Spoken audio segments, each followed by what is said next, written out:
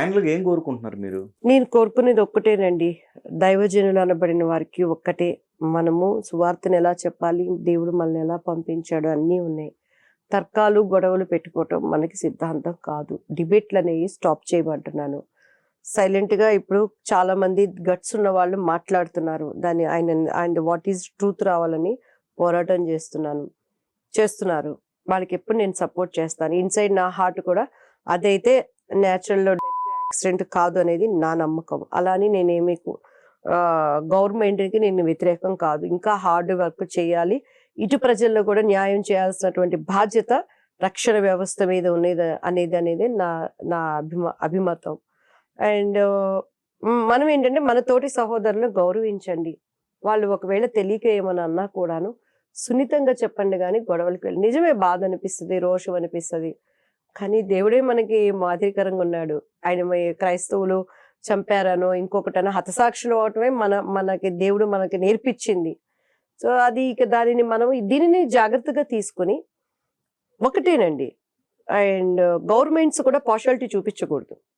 ఇమీడియట్గా ఎవరైనా సరే ఒకరిని కించపరిచారంటే వాళ్ళకి ఇమీడియట్గా స్ట్రాంగ్ డిసిషన్ తీసుకొని చట్టాలని స్ట్రిక్ట్గా చేయాలనేది నేను కోరుకునేది. అండ్ థర్డ్ వన్ వచ్చేసేసి ఇప్పుడు ఉన్నటువంటి సోషల్ మీడియా ఈ వ్యవస్థ ద్వారా యువతకి చాలా మైండ్ డైవర్ట్స్ అని అయిపోతుంది. ఇటు ఉన్న వాళ్ళు కూడా అయ్యో రేపు మమ్మల్ని కూడా ఇలా చంపేస్తారా, నరికేస్తారా అనే భయభ్రాంతులకు గురి అవుతున్నారు. దయచేసి అటువంటివి చెయ్యొద్దు. హైందవ సహోదరులకు కానీ మైనారిటీస్కి కానీ ఎవరైనా సరే మనమంతా ఫస్ట్ మనుషులమండి. ఇప్పుడు నాకేమైనా రేపు యాక్సిడెంట్ అయిందని అనుకుందామండి, అది హిందూదా, ముస్లిందా, లేకపోతే ఎస్సీదా, ఎస్టీదా అంటారు కదండి. ఓ పాజిటివ్ బ్లడ్ ఉంటే తీసుకొచ్చి ఎక్కిస్తారు, దాంట్లో ఏ దోషము లేదంటే. ఆ టైంకి ఎవరు బ్లడ్ ఇస్తారా అని చూస్తాం, కానీ ఇవన్నీ మనం చూడం కదండి. ఈరోజు ప్రవీణ్ గారిది న్యాచురల్ అది యాక్సిడెంట్ కాదో అవునో సెకండరీ. అది ఆయన చంపేశారే లేకపోతే యాక్సిడెంట్ అనుకుందాం. ఈరోజు కూర్చున్న వాదిస్తున్న నీకేమైనా శాశ్వతమా ఈ లోకం? నువ్వు కూడా వెళ్ళిపోవాల్సిందే కదా ఒకరోజు. కానీ నువ్వు చేసిన పాపం ఒకవేళ అది నిజమైతే నీ పిల్ల తరతరాల వరకు దేవుడు చూపిస్తాడు కదా. అదే ఆ యొక్క జ్ఞానాన్ని కలిగి ఉండమని నేను చెప్తున్నాను. అంతే. మనం అసలు ముందు మన బంగారం మంచిదైతే మనం ఇతరులను అనక్కర్లేదు ఎప్పుడు కూడా. సో దేవుడు మనకి నేర్పించిన పద్ధతులు చూసుకుందాం, సున్నితంగా తీసుకొని వెళ్దాం. ఈ చిటికేస్తే దేవుడే నోటి మాటతో భూమి ఆకాశాలను సృజించిన దేవుడికి వీళ్ళందరూ మార్చేయటం క్షణం కాదా? ఎందుకు ఆయన మాదిరికరంగా ఉన్నాడంటే ఆయన బలవంతం పెట్టి నేను తీసుకొచ్చి దేవుడు కాదు. మత మార్పులు చేస్తున్నారంటే అది వాళ్ళ కర్మ.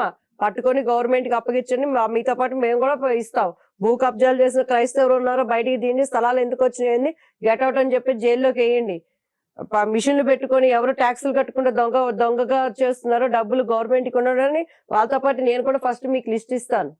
అంతేగాని క్రైస్తవులు అంటే బీజేపీలో ఉండకూడదు, హిందువులు అంటే ఏంటి దీంట్లో ఉండకూడదు అనేది ఇప్పుడు మీరు అన్న ఆ ప్రక్షాళన జరుగుద్దండి. ఇంటర్నల్ ప్రక్షాళన అన్నారు, దానికి ఎట్లా పూనుకోవాలి కదా. ఏదండి మీరు అన్నారు చూసారా, ఇప్పుడు ఇంటర్నల్ ప్రక్షాళన జరగాలన్నారు. అది నా పని దేవుడు దాన్ని నన్ను పిలవలేదండి. నన్ను ఆ పనికి పిలుస్తే నా పని చేస్తాను. నా కాలింగ్ డిఫరెంట్ అండి. నాకు ఆయన అప్పచెప్పిన పని డిఫరెంట్. నా పని నేను చేసుకుంటూ సున్నితంగా వెళ్ళిపోయే తత్వాన్ని నేను కోరుకుంటాను. చిన్న జీవితాన్ని రిస్క్ సమస్యలు ఉండవు అప్పుడు. మీరు చెప్పిన 3-4 పాయింట్లు ఉన్నప్పుడు అంతే, సమస్యలు ఉండదు ఇంకా. అంతే. ఈ రోజు రేపు నేను క్రిస్మస్ చేస్తాను, అంజి గారిని పిలుస్తాను, చక్కగా రావాలి.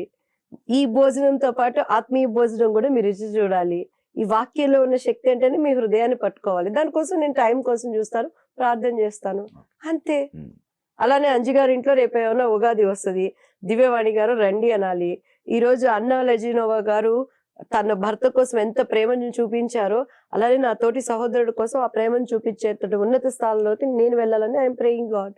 అదొకేలేండి. మీరన్న 3 పాయింట్లు అవి కట్టడైపోతే ఆల్మోస్ట్ సొల్యూషన్ దొరికినట్టు. అంతేనండి. దేవుడు చెప్తున్నది, అది నేను చెప్తున్నది కాదు, వాక్యం చెప్తుంది. నీకు తర్కాలు ఎందుకు అంటున్నాడు దేవుడు, నీకు గొడవలు ఎందుకు అంటున్నాడు దేవుడు? మనం సువార్తనే 3 మొక్కలు. ఆయన ఎందుకు వచ్చాడు? ఆయన సజీవుడిగా ఉన్నాడు, ఆయన ఇక్కడ భూమిలో మృతుడుగా లేడు, ఆయన రాబోతున్నాడు. అంతే. ఈ 3 మొక్కలే మనం చెప్పమన్నాడు దేవుడు. నాకు తెలిసినంత వరకు అంతే తెలుసండి. దాన్ని నేను చెప్తే ఈ గొడవలు ఎందుకు? నువ్వేదో చిన్న ఛానల్ పెట్టుకున్నావు, నీ ఛానల్లో పోషణ కోసం అని నీకు రేట్స్ రావటానికి అటోళ్ళని తెచ్చి ఇటోళ్ళని తెచ్చి ఈ గొడవలు సృష్టించడం అవసరమా? పోనీ తెలియక ఎవరన్నా మాట్లాడారని కూడా ఎడిటింగ్ చేయండి దాన్ని. ఇప్పుడు ఇక్కడ నేను 4 గోళ్ల మధ్య జరిగింది, రేపు ప్రపంచమంతా వ్యాపింపజేసి ఇట్లాంటి రచ్చలకి ప్రాణాలు పోవటానికి కారకులు ఎవరు అవుతున్నారు? ఇటు అటైనా సరే ఇటైనా సరే నిన్ను ఎవరైనా దూషించారా చెయ్యండి. ఒకవేళ పాప అజయ్ పాస్టే అన్నాడు ఏదో అంటే విగ్రహారాధన దేవునికి వ్యతిరేకమైన దృష్టితో అని ఉండొచ్చు, దాన్ని నువ్వు వక్రీకరించి ఉంటే వెంబడే నీతోటి ఒక బిడ్డకి నువ్వు లోపల జైల్లోకి పంపించి గుండు కొట్టించి అరికాళ్ళు గాలే వరకు నువ్వు నేల మీద నిలబెడితే నీ లోపల ఉన్న మనసులో కక్ష శాంతించిందా? గుండు కొట్టించారండి తనకి? ఉందా? హెయిర్ కట్ అయిపోయి ఉంది, అబ్బాయి బయటకు వచ్చేసరికి ఉన్నదండి అది. ఓకే, చూసాను నేను. ఏంటి నీ మనసు శాంతి ఇచ్చిందా? నువ్వు నిజంగా దేవుడు ఎరిగిన వాడు నువ్వేం చేస్తావు? పిలిచి ఫస్ట్ మాట్లాడతావు, పత్రికాముఖంగా నువ్వు కూర్చోబెట్టి మీడియా ఉంది కాబట్టి ఏ మీడియాలో అయితే ఆయన మాట్లాడారో ఆ మీడియాలోనే సారీ అండి నా భావన ఇది, ఆయన చనిపోయాడనే ఒక బాధతో నేను అన్నాను, కానీ నువ్వు మేరీ మాతను వర్షిప్ చేసుకుంటే చేసుకో, నీకు ఒక టైం వచ్చినప్పుడు నీకే తెలుస్తుంది, తెలియకపోతే లీవ్ ఇట్. ఎంతమంది నన్ను మార్చగలవు? రోమన్ క్యాథలిక్ మొత్తాన్ని నువ్వు మార్చగలవా? చేయలేవు. దేవాది దేవుడే చేయలేకపోయాడు, మనం ఎందుకు చేస్తాం దాన్ని? ఉన్నది ఉన్నట్టు స్వచ్ఛమైన సువార్తని తేడా లేకుండా కలిపి చెడిపోయే బోధనలు లేకుండా స్పష్టంగా చెప్పు, ప్రార్థన చేయ, అంతవరకే మనకు కావాలి. ఈ అల్లర్లు ఇవన్నీ ఎందుకు? కానీ ఫైనల్గా ఒకటండి, ఈ రోమన్ క్యాథలిక్లకి వీళ్ళకి మధ్య ఎందుకండి సఖ్యత ఉండదు? మా ఇంట్లో మా బాబు మా పాప నేను మా వారు ఉంటామండి, నా 2 పిల్లలకే సఖ్యత ఉండదు. కాసేపు కొట్టుకుంటారు, కాసేపు ఒకటవుతారు. వాళ్ళందరికీ లేదండి, నేను ఓకేనా చేయండి. వాళ్ళ సిద్ధాంతం ఒక రకంగా ఉంది, వీళ్ళు ఒకదాన్ని ఉంది. ఇద్దరు కలిపి ఒకటే బైబిల్ కదా? బైబిల్ ఒకటే, కాకపోతే వాళ్ళ విశ్వాసము మేము మరియమ్మను కూడా మేము పూజిస్తాము అని అంటున్నారు. పూజించుకో, ఎవరు అడ్డుబడి కాదు అని అన్నారు. నేను నమ్మింది మాకు బ్రదర్ అండ్ ఫెలోషిప్, మనకి ఆరాధ్యుడు ఒక్కడే, దేవుడు స్పష్టంగా చెప్తున్నాడు, నేను తప్ప వేరే దేవుడు లేడు అంటున్నాడు ఆయన. దాన్ని నేను విశ్వసించాను. ప్లస్ పూజకు అర్హులు ఎవరు అనేది నాకు మనసుకు నాకు తెలుసు. ఆవిడ అర్హురాలు కాదా? ఆమె ఒక కొనియాడబడిన స్త్రీ, ఆమె దేవుడు ఏమంటున్నాడు, మన ప్రతిమగా ఏది మనకి మాతృదేవభావ పితృదేవభావ అంటారు, ఆచార్య దేవభావ. ఆ లెక్కను చూస్తే మరియమ్మ గారిని అలా కొనియాడబడే వ్యక్తి కాదా? నేను అదే చెప్తున్నా, ఆమె కొనియాడబడిన స్త్రీ. ఆమె అంటే దైవాంశ సంభూతురాలు కాదా? దైవాంశ సంభూతురాలు అని అంటే అది అంటే నాకు తెలిసినంత వరకు ఆ తర్వాత ఆమె యోసేపు గారితో ఆమె కుటుంబ వ్యవస్థను కొనసాగించారు. ఆ తర్వాత కూడా ఆమె పిల్లల్ని కన్నారు. యేసుక్రీస్తు వారు పరిశుద్ధులుగా ఉన్నారు, ఆయన కన్య గర్భాన పుట్టాడు, ఆమె కన్యక, షీఈ్ వర్జిన్. హోలీ స్పిరిట్ యొక్క పరిశుద్ధ ఆత్మతో ఆయన ఈ లోకానికి ఒక గర్భం కావాలి కాబట్టి తీసుకొని వచ్చారు. ఆయన ఎక్కడ ఆయన రక్తంలో పాపం లేదు, పాపం లేనివాడిగా ఉన్నాడు. సో పాపము లేనివాడు. ఇప్పుడు ఈ శాంసంగ్ ని కనుక్కున్నవాడు క్రియేటర్ ఒకడు ఉన్నాడు, ఆ క్రియేటర్ ని మనం గుర్తించాలి. శాంసంగ్ లో క్రియేట్ చేసిన వాడికి క్రెడిట్ అంతా ఉంటుంది, కానీ దాన్ని కొనుక్కున్న నాకేం ఉండదు కదండి, టు బి ఫ్రాంక్ అయితే. సో మరియమ్మ గారి పాత్ర ఏం ఉండదని నేను అంటలేదండి, అది వాళ్ళ విశ్వాసాన్ని బట్టి ఉంటది. నా విశ్వాసం డిఫరెంట్. అలానే నేనేమి మేరీ మాతని నేను కాదు అంటలేదు కదా. అసలు ఫస్ట్ ఆమె ఎంత విధేయురాలు, ఆమె ఎంత ప్రార్థనా పరురాలు. దేవుడు ఆమెను చూజ్ చేసుకున్నాడు అని అంటే నైట్ నీకు వచ్చేసి అమ్మ నువ్వు పరిశుద్ధ ఆత్మతో నువ్వు గర్భాన్ని దార్చపోతున్నావు, దేవాది దేవుడు అన్నప్పుడు ఆ గట్స్ ఉండాలి కదండి. ఆమె కొనియాడబడిన స్త్రీ. ఆమె కూడా యేసయ్య గారిని సిలువ వేసిన తర్వాత ఆయన 12 మంది శిష్యులతో కూర్చొని వాళ్ళు ఆ ఆత్మని పొందుకున్నటువంటి ఆ యొక్క ప్రార్థనాత్మని పొందుకున్న సమయంలో ఆమె కూడా అక్కడ ఉన్నారు, ఆమె కూడా కన్నీరు కార్చింది. ఈ లెంట్ డేస్ లో ఆ తల్లికి ఎంత వేదన. బైబిల్ ఈజ్ డిఫరెంట్ అండి. లోతుగా వెళ్తే మళ్ళీ అంటారు ఈ అంజి గారికి ఏం పని లేదు, మేమేమో ఇక్కడ మతాలు ఈ కులాలంతా అంతంటే ఈమె ఒక దాన్ని తీసుకొచ్చి ఇంకేం తెలుసు బైబిల్ అని బోల్డ్ కామెంట్స్ పెడతారు. ఎందుకు మీకు అవసరం చెప్పండి. బానే చెప్తున్నారు డెప్త్కి వెళ్తే మీరు వింటారంటే దేవుడు నాకు ఇచ్చిన శక్తిని బట్టి అలాగే నా ఉద్దేశం వీళ్ళిద్దరి మధ్య ఆ వివాదం ఎప్పుడు ఉంటానే ఉంటుంది. కొంతమంది మరియమ్మని ఇష్టపడపోవటానికి ఎవ్వరు క్రైస్తవులు అనేవారు ఆమెను ఇష్టపడరు అంటానికి లేదండి. నేను చాలా ఇష్టపడతాను. ఆమెతో పోల్చుకోవటానికి ఇప్పుడు నేనున్నాను brother, but truth is different.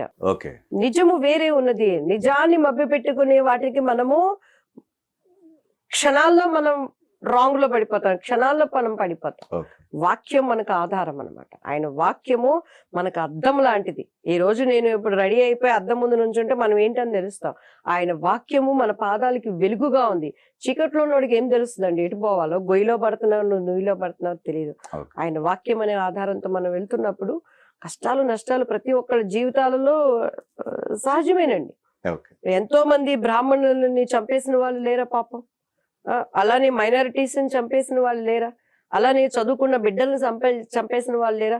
అలానే ప్రవీణ్ గారిని కూడా చంపేశారు అని అనుకుందాం కాసేపు. కానీ ఆ వ్యవస్థ మీద మద్యం అనే బురద జల్లారు చూసారా, దానికి మనకి పెయిన్ అనిపిస్తుంది. వేరే ఇంకేం లేదు. దానిని లైక్ ట్రూత్ బయటకు రావాలని వీఆర్ ప్రేయింగ్ గాడ్. ఆ కుటుంబం అన్నింటికన్నా కూడాను పాపం చాలా ఆమె ఎంత నరకం అనుభవిస్తున్నారు. ఒక పక్కన భర్త పోయి, ఒక పక్కన ఈ నిందలు భరిస్తూ, ఒక పక్కన ఎవరు వాళ్ళకి సపోర్ట్ చేసేవాళ్ళు లేక, నేను పక్కన డిబేట్ లో కూర్చున్న వాళ్ళకి కూడా ఒకటే చెప్తానండి, మీరు మైండ్ లో ఫిక్స్ అయిపోయిన దానికి ముద్ర వేయకండి. చూద్దాం రేపు. ఇప్పుడు కొంతమంది ప్రజల కోసం నిలబడిన వాళ్ళు, కేఏ పాల్ గారు లాంటి వాళ్ళు, హర్ష కుమార్ గారు లాంటి వాళ్ళు, ఇంకా కొంతమంది సహోదరులు వాళ్ళ పోరాటం చేస్తున్నారు నిలబడడానికి. దేవుడు వాళ్ళకి ఎటు నుంచి సహాయం వస్తుందో తెలీదు. సంఘాలు కూడా ప్రార్థన చేస్తున్నాయి. దీనిని ఒక కనువిప్పుగా చేసుకొని చక్కగా ఒక టీం ఫామ్ అవ్వండి. ఎక్కడికన్నా ప్రేయర్స్కి వెళ్తున్నప్పుడు మీరు ఒకరికొకరికి తెలియపరచుకోనండి, కుటుంబంలో తెలియపరచండి. రేపు ఇంకా చాలా మందికి ఇటువంటి గడ్డు పరిస్థితి రావచ్చు. ఎందుకంటే వాళ్ళు ఒక భ్రమలో ఉన్నారు. మాది మీది, నీది నాది అనుకునే వ్యవస్థలో ఉన్నారు. తప్పదు. మనకి ఇదేమో బుక్ ఏమో ఒక రకంగా నేర్పుతుంది, వ్యవస్థ ఒక రకంగా ఉన్నప్పుడు నలిగిపోతుంది ఎవరి మధ్యలో. రైట్. సో అటువంటిది మారాలని వీఆర్ ప్రేయింగ్ గాడ్.